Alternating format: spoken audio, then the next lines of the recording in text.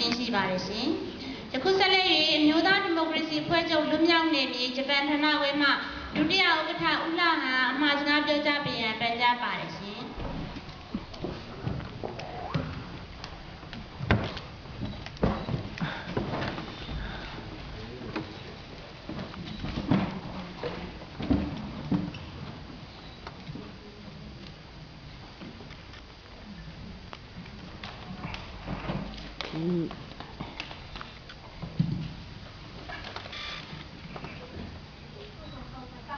ဒီအနေကိုယ်တဲ့ဒီတာဒီခန္ဓာကျပါတဲ့ကြက်တီကိုတော့ဒီချိုကြီးပြောသွားတာကျွန်တော်ကောင်းပါတယ်ကျွန်တော်တို့အနေနဲ့ဒီနေ့အမျိုးသားနေ့ကမြန်မာနိုင်ငံလွတ်လပ်ရေးတမိုင်းမှာ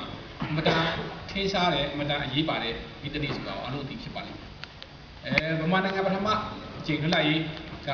နေချက်ကိုလိုနီတရားကနေခဲ့ရတယ်ဒုတက်ကြမလို့မျိုးချစ်စိတ်ဓာတ်ရှင်တန်ရေးအမျိုးကုန်စာတိကိုမြန်မာရေးအတွက်ကအလွန်အရေးကြီးခဲ့တယ်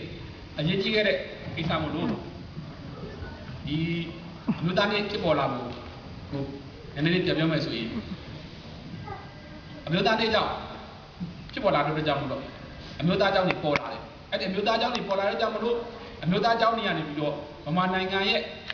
ဒီတမိုင်းတွေအမှန်တွေကိုဖော်ထုတ်ပေးခဲ့တယ်ဖော်ထုတ်ပေးကြတော့ဒီမျိုးသားကြောင့်တရားမျိုးချစ်စိတ်ရှင်သန်စွာနဲ့တိုင်းပြည်လွတ်လပ်ရေးကိုကျူးပန်းခဲ့တယ်ဒီမျိုးသားကြောင့်တွေကပဲဗမာနိုင်ငံလွတ်လပ်ရေးကိုကျူးပေးခဲ့တယ်ခေါ်နေသူပဲယနေ့အချိန်မှာဗမာနိုင်ငံကစစ်အာဏာရှင်တရားမှာရှိနေတယ်ဒီစစ်အာဏာရှင်တရားကနေလွတ်မြောက်ဖို့အတွက်ကျွန်တော်တို့မှာအမျိုးသားရင်ကြားစီလူမျိုးတစ်မျိုးဒီစစ်အာဏာရှင်တရားမှာအချိန်ကြာမြင့်စွာနေတာတဲ့ခါကျတော့လူမျိုးတွေကဗမာနိုင်ငံမှာရှိတဲ့တိုင်းရင်းသားလူမျိုးညီကောင်မောင်နှမတွေကဒီဖိနှိပ်မှုအောက်မှာအမျိုးမျိုးခံစားလာတယ်လွတ်လပ်မှုမရှိဘူးလွတ်လပ်မှုမရှိတော့ကြောင့်အတွေးခေါ်တွေအတွေးခေါ်တွေအယူအဆတွေကတချို့တရားတရားဆက်ဆက်မှုမရှိတာတွေဖြစ်လာတယ်အဲ့လိုကြောင့်မို့အဲ့ဒါတွေကိုပြန်လည်ပြီးတော့ရင်ကြားစစ်ဖို့အတွက်ကျွန်တော်တို့အမျိုးသားဒီမိုကရေစီဖွဲ့ချုပ်နှမြောက်အမျိုးသားဒီမိုကရေစီဖွဲ့ချုပ်နဲ့ဒေါ်အောင်ဆန်းစုကြည်ဦးဆောင်တဲ့ဒီခေါင်းဆောင်တွေကနေပြီးတော့အခုချိန်မှာစ조사နေရတယ်ဒီစ조사နေတာဟာလဲဒါအမျိုးသားရေးကိုလှုပ်ရှားနေတာပဲဒါတွေကိုကျွန်တော်တို့ဘယ်လိုပံ့ပိုးရမလဲဘယ်လိုကူညီရမလဲဆိုတော့ကျွန်တော်တို့ဒီနေ့ဒီအချိန်ရဲ့အမျိုးသားရေးစိတ်ဓာတ်ကအမျိုးသားရင်ကြားစိတ်ကြီးဖြစ်တဲ့အဲ့ဒီအမျိုးသားရင်ကြားစိတ်ကြီးဟာလက်ရှိအမျိုးသားဒီမိုကရေစီဖွဲ့ချုပ်နဲ့တိုင်းရင်းသားတွေတောင်းဆိုနေတဲ့ဒုတိယပင်လုံးလို့ခေါ်တဲ့ဒီလိုမျိုးလူမျိုးစုတွေအားလုံးတိုင်းရင်းသားအားလုံးစုစည်းညီညွတ်နဲ့လုံးမှကျွန်တော်တို့ဒုတိယလွတ်လပ်ရေးလို့ခေါ်တဲ့ဒီမိုကရေစီနိုင်ငံစစ်မှန်တဲ့ဒီမိုကရေစီနိုင်ငံ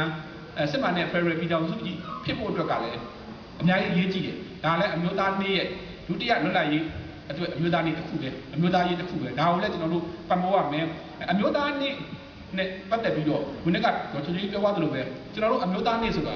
ာဗမာလူမျိုးတစ်မျိုးရဲ့အမျိုးသားနေ့မဟုတ်ပါဘူး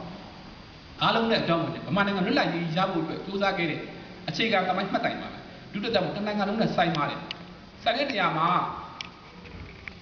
ဒီအမျိုးသားနေ့ရဲ့ဝိသေသထူးခြားချက်ကဗမာနိုင်ငံလွတ်လပ်ရေးမှာအများကြီးဝိသေသထူးခြားချက်ရှိပါတယ်ဗမာနိုင်ငံအသီးသီးမှာအမျိုးသားနေ့တွေကိုသတ်မှတ်ကြတယ်သတ်မှတ်တဲ့နေရာမှာသူတို့ရဲ့အထွတ်မြတ်ထားတဲ့နေ့တွေကိုသတ်မှတ်ကြတယ်ဒါတွေကကျွန်တော်တို့နိုင်ငံမှာလည်းအမျိုးသားနေ့သတ်မှတ်တာအကြောင်းအလှုပ်ရှားမှုသတ်မှတ်တယ်ဘာကြောင့်တောင်းတလှုပ်ရှားမှုသတ်မှတ်တယ်လဲဆိုတော့အဲ့ဒီလှုပ်ရှားမှုကြောင့်ဗမာသူကျွန်တော်ကလွတ်ခဲ့အဲ့လောက်ထိရောက်မြင့်မြတ်တဲ့နေ့မို့လို့ကျွန်တော်ဒီအမျိုးသားနေ့လို့သတ်မှတ်တာဒီအမျိုးသားနေ့မှာတနိုင်ငံလုံးမှာရှိတဲ့တိုင်းရင်းသားပေါင်းစုံတွေနဲ့ဆိုင်တဲ့အတွက်ကြောင့်လို့ဒီနေ့ဟာဒီအမျိုးသားနေ့ကအများကြီးပဲကျွန်တော်တို့နိုင်ငံအတွက်ရှေ့ဆက်လုပ်ရမယ့်လုပ်ငန်းတွေမှာအများကြီးရေးပါပါတယ်ဒီလိုရေးပါတဲ့နေရာမှာသူလက်ရှိဖြစ်ပေါ်နေတဲ့အမျိုးသားရင်ကြားစီးတာလည်းဒီအမျိုးသားနေ့လိုမျိုးပဲကျွန်တော်တို့ဘယ်လိုစုစည်းရမလဲတိုင်းရင်းသားတွေဘယ်လိုညှိရမလဲဒါတွေဖော်ပြနေတာပါပဲဒါကြောင့်မလို့ကျွန်တော်တို့နိုင်ငံ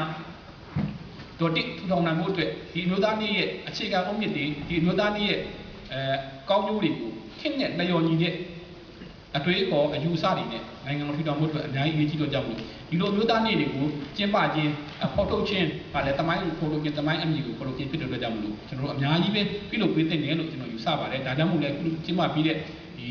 ီမန္တမီအဖွဲ့ကိုလည်းအများကြီးကျေးဇူးတင်ပါတယ်အဓိကအဖြစ်ကျွန်တော်လက်ရှိအခြေအနေကိုနည်းနည်းပြောချင်တာကကျွန်တော်နိုင်ငံကဘယ်ပေါင်းစုံကယိုရင်းပျက်စီးနေတယ်ဘယ်ပေါင်းစုံကချိုးချက်တွေအများကြီးရှိနေတယ်ဒီလိုချိုးချက်ရှိနေတဲ့အခြေအခါတွေမှာတိုင်းရင်းသားလူမျိုးတွေရောဒီအမျိုးသားရေးကဏ္ဍတွေအမျိုးသားရေးရှေ့အောင်အမှုနှစ်တွေဆုံးရှုံးနေတယ်ဆိုတော့ခင်ဗျားတို့ကျွန်တော်တို့လည်းအမြင်ပဲဒါတွေကိုကျွန်တော်တို့ဖော်ထုတ်ပေးရမယ်ဒါတွေကိုကျွန်တော်ကာကွယ်ဆောက်ရှောက်ပေးရမယ် ဒီလိုစောကြောတဲ့နေရာမှာကျွန်တော်တို့ကဘာမှာအမျိုးသားယဉ်ကျေးမှုဆိုတာရှိတယ်အဲ့ဒီယဉ်ကျေးမှုမပတ်ပြောင်းထိန်းသိမ်းရမယ်တာဝန်ကအမျိုးသားလူမျိုးတဲ့လူမျိုးတဲ့တာဝန်ပဲဒီလိုထိန်းသိမ်းရမယ့်အချိန်မှာဘလောက်ထိအရေးကြီးတဲ့အချိန်မျိုးပါပဲဖြစ်ဖြစ်အမျိုးသားရေးယဉ်ကျေးမှုဆိုတာထိန်းသိမ်းရတယ်ရုပ်ဆိုအဆိုကဘာစစ်ဖြစ်နေတဲ့အချိန်တနိုင်ငံတူနိုင်ငံ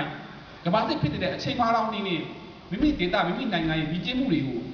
စစ်ဖြစ်နေတဲ့နိုင်ငံတွေစစ်ဖြစ်နေတဲ့ခေါင်းဆောင်တွေအကြောင်းကြားဒါတွေအဖြစ်ရှေ့အောင်အမွေအနှစ်ဖြစ်တယ်ဒီဒေသအဖြစ်ကျွန်တော်တို့ရဲ့ဒီကျေးမှုအမွေအနှစ်ဖြစ်တယ်ထို့တဲ့ကြောင့်မလို့ဒီဒေသကိုဖြစ်စစ်ကဲကလန့်ခွေပေးပါဆိုတာမျိုးပြောရဆိုရတယ်ဒါအမျိုးသားယဉ်ကျေးမှုထိမ့်သိမ့်တာတို့သူပဲခုဗမာနိုင်ငံမှာမှန်ပါတယ်အရေးတကြီးဗမာနိုင်ငံရဲ့ဒီစစ်အာဏာရှင်လောက်ကလုံမြောက်ရေးလိုအပ်တယ်ဒီလိုလိုအပ်တဲ့နေရာမှာကျွန်တော်တို့နီးပေါင်းသူဗပေါင်းသူနဲ့ကြိုးစားနေရတယ်ဒီလိုအချိန်မျိုးမှာအခုလက်ရှိဖြစ်နေတဲ့ဒီရခိုင်ပြည်ဒီမြောက်ဦးကိစ္စရခိုင်ပြည်နဲ့ဒီပြည်မကြီးကိုယထာလမ်းမဖို့အတွက်ကိစ္စဒီကိစ္စဖြစ်လာဒါဆိုဖြစ်လာတဲ့အချိန်မှာဒါကတော့တိုင်းပြည်အရေးမှာဒီလောက်နိုင်ငံရေးမှာဖြစ်ပေါ်နေတယ်ဒီကိစ္စမျိုးကိုပြောရပါလိမ့်ခုနကပြောသူကဘာစစ်ဖြစ်နေတာတော့မှပဲမြို့သားရင်ကျန်းမှုမြို့သားရင်ကျင်းမှုထိသိမ်းရတဲ့အချိန်မှာ